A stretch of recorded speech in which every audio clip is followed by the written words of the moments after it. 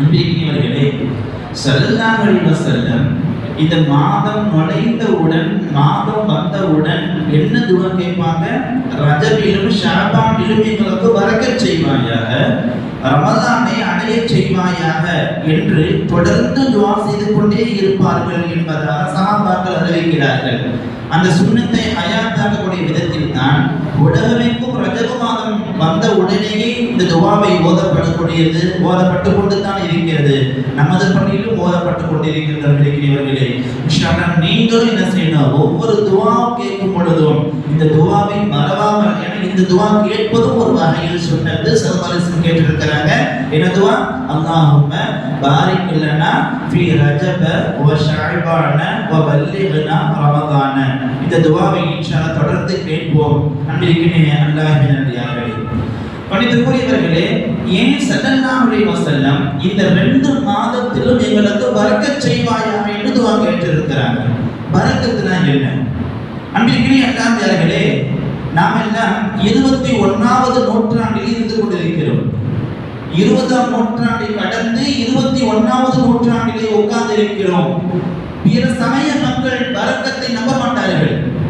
அவங்களுக்கு அதிகமா கண்ணுல தெரிஞ்சா அது விசாலமானது, அதுல அது அபிவிருத்தியானது என்பதாக சொல்வார்கள். ஆனால் முஸ்லிம்களான மூமின்களான நாம் நம்புகிறோம், பரக்கத்தை நம்ப வேண்டும். அதுக்கு தான் நம்ம எல்லா நேரத்திலையும் பரக்கத்தை செய்யுங்க, அல்லாஹ் பரக்கத் செய்ய அல்லாஹ்னு துஆ கேட்டே இருக்கிறோம்.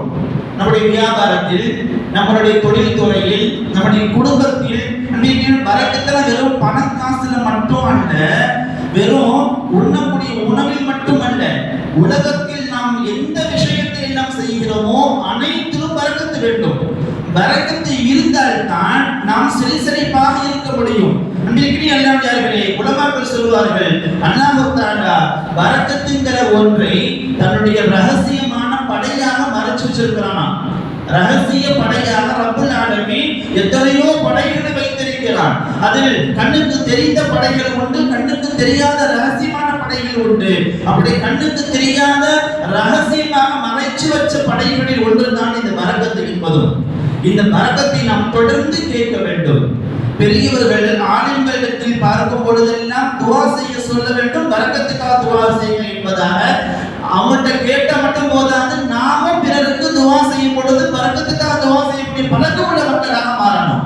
எந்த ஒரு விஷயத்தை யாராவது துஆ கேளுங்க, துஆ செய்யுங்கன்னு கேட்டா நம்ம உடனே வாய் திறந்து பாரக்கல்லாஹ், அல்லாஹ் உங்களுக்கு பரக்கத் செய்வானாக என்ற துஆவை ஓதுவதும் ஒரு வகை சுன்னத். இருக்கிறவர்களே, அல்லாஹ் நம்முடைய துஆவை கபூல் செய்தால், யார் துஆ கேட்க சொன்னாங்களோ அவங்களுக்கு அல்லாஹ் பரக்கத் செஞ்சிட்டா வாழ்க்கை செழிப்பாகிடுமே. நம்முடைய ஒரு துஆவால் அவருடைய வாழ்க்கை சிறப்பாகுதுன்னா நம்ம எவ்வளவு பெரிய பாக்கியம் இருக்கிறவர்களே. எனவே யார் மட்டும் துஆ செய்யுங்கன்னு கேட்டா வாய்மொழி சரி அப்படி தலையாட்ட மட்டும் இல்லாம உடனடியாக பாரக்கல்லாஹ் என்ற துஆ ஓதக்கூடிய பழக்கம் உள்ள மக்களாக நாம் மாற வேண்டும் இருக்கிறவர்களே.